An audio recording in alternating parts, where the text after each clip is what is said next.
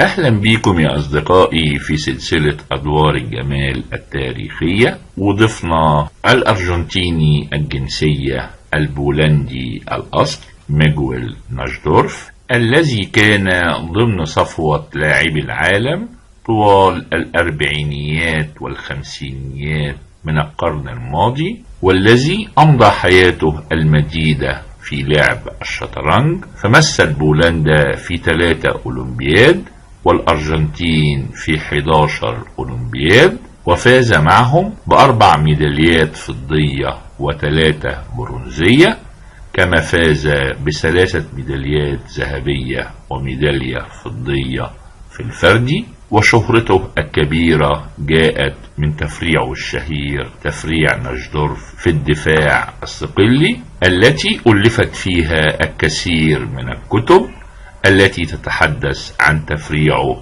وكذلك عن حياته وأدواره، كما إنه ألف العديد من الكتب، وكان يتمتع بذاكرة حديدية ويتميز في لعب الاستعراضات المتزامنة.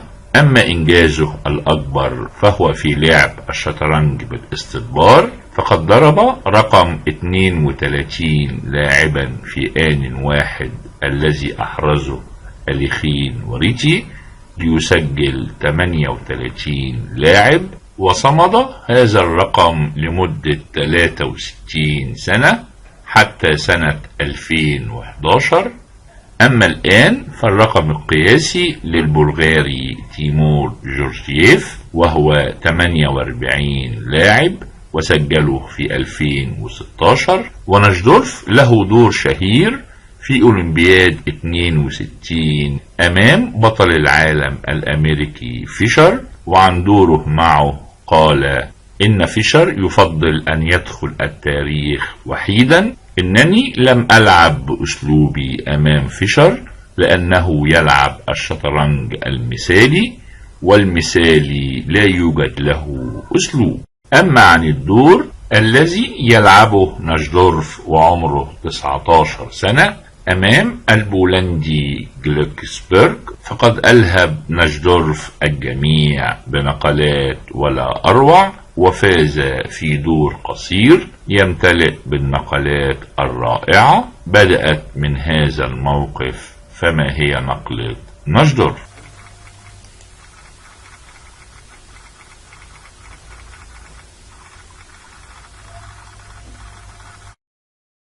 ناشدورف بالأبيض، وبدأ E4 ورد جلوكسبرغ E6 الدفاع الفرنسي، D4 D5 طالب البيدق. وعادة الأبيض بيلعب E5 تفريع التقديم، لكن ناشدورف فضل نايت C3 بيحمي البيدق، وده بيسمى تفريع بولسن.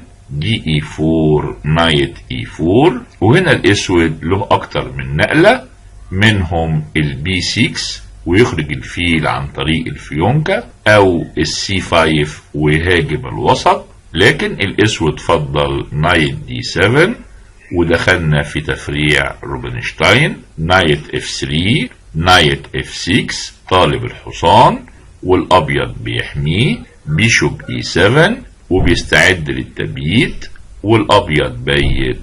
وهنا الأسود له نقلتين، إما التبييت أو ربما تكسير الحصان، ولكن الأسود لعب نقلته السيئة بي 6 وطالب تعبئة الفيل عن طريق الفيونكة، لكن النقلة دي في وقت غير مناسب لأن الملك لم يبيت. وناشدورف عقبه فورا بنايت اي 5 طالب النايت سي 6 والوزير في المصيدة.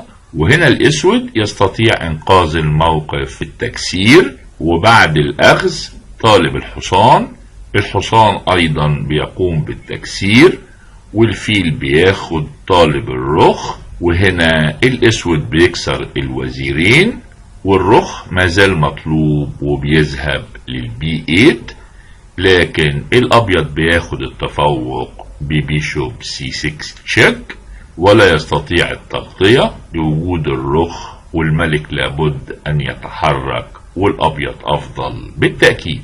لكن على اي حال الاسود ما زالت له الفرص، ولكن بدلا من التكسير كمل ببيشوب بي 7، بيحمل مربع سي 6 وطالب الحصان بقطعتين، لكن ناشدورف كمل بنايت اف 6 تشيك، وهنا الاسود في حيرة، فلو اخذ بالحصان هتكون نقلة سيئة، لان الابيض هيكمل بيشوب بي 5 تشيك، والاسود لا يستطيع التغطية، ولذلك لابد ان يتحرك بالملك ويفقد حق التبييت، والابيض افضل. وربما افضل نقلة للاسود هي اخذ الحصان بالفيل، ورغم ان الفيل ليس هذا موقعه في الدفاع الفرنسي، الا ان الاسود ما زال يستطيع اللعب.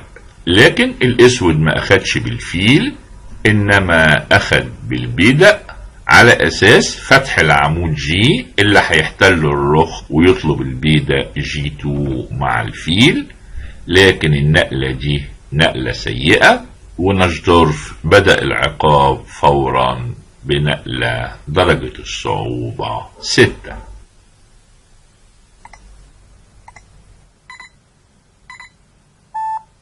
ناشدورف قام بأول تضحياته بأخذ بيدق الاف 7 بشوكة للرخ والوزير، ولذلك لابد من الأخذ.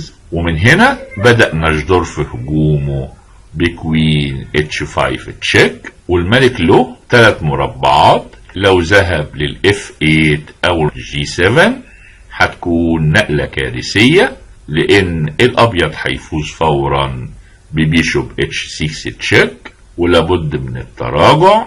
وهنا كوين جي 4 تشيك، ولابد من الذهاب للاف 7 وكوين جي 7 تشيك، والملك لازم يتراجع. وهنا الابيض مش هياخد الرخ، انما هيلعب النقلة المذهلة كوين جي 6 تشيك، ودي كش مات الا لو الاسود اخد الوزير وبياخد بالفيل بتشيك ميت، ولذلك الملك ذهب للجي 8، وناشدورف بدأ في عذابه بروك اي 1 طالب البيدق، والاسود يستطيع حمايته بالفيل، لكن هنا هيلعب السي 4 طالب الفيل، والفيل لابد ان يتخلى عن البيدق، ولذلك الدفاع الوحيد هو النايت اف 8. وربما اي لاعب هيكمل بروك اي 3 وروك جي 3 تشيك، لكن الاسود له دفاع بالحصان، ولكن ناشدورف كان له رأي اخر. درجة الصعوبة 6.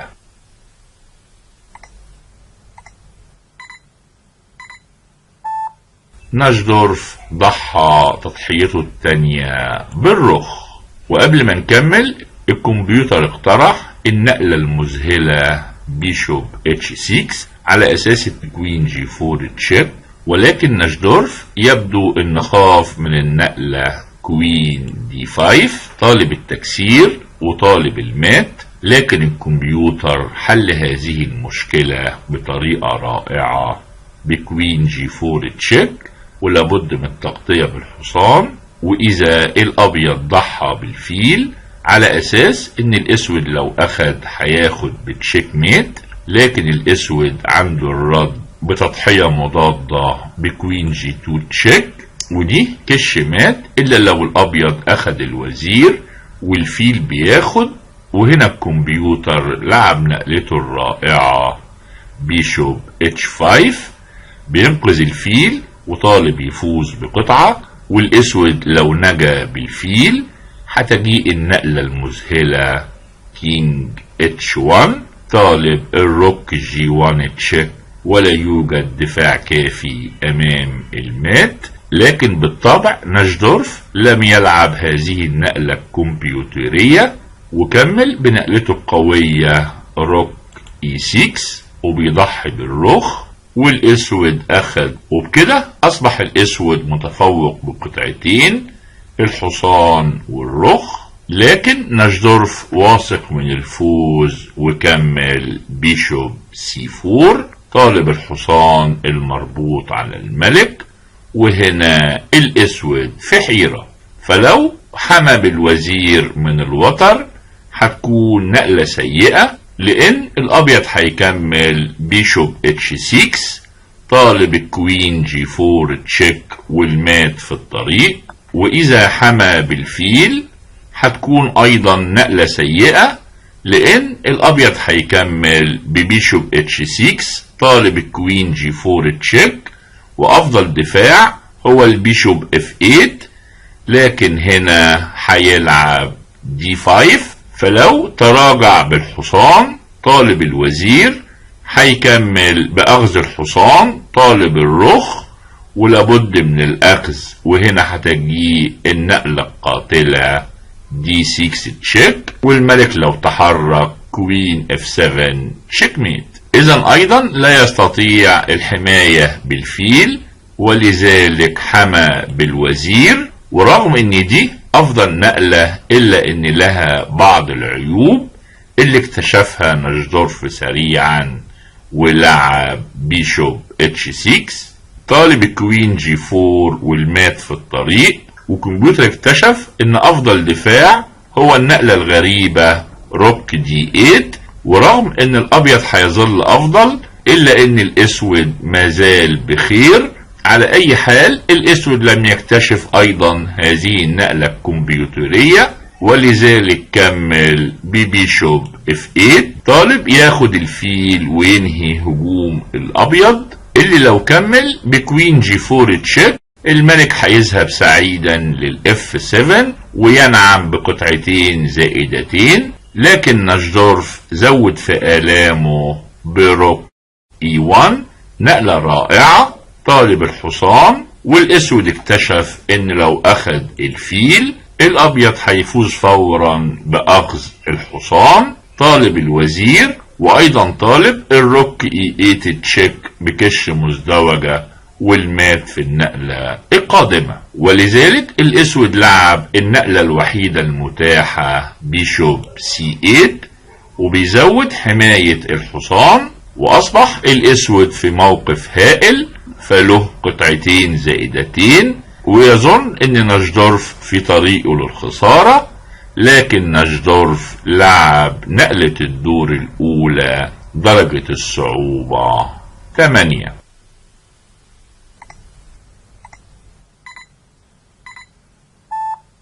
نجدورف لعب كوين E8.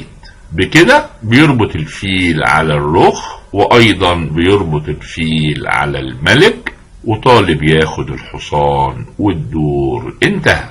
ولكن الاسود ايضا تألق بنقلة رائعة بيشوب D7. الوزير مطلوب بالفيل ومطلوب بالرخ الغير محمي، والابيض لو اخد الرخ هتكون نقلة سيئة، لان الاسود هينجو بكينج F7 وانتهت كل تهديدات الابيض، والاسود في امان بل ومتفوق ماديا وربما يفوز. ولكن نجدورف كان في اوج تألقه ولعب نقلة الدور درجة الصعوبة 9.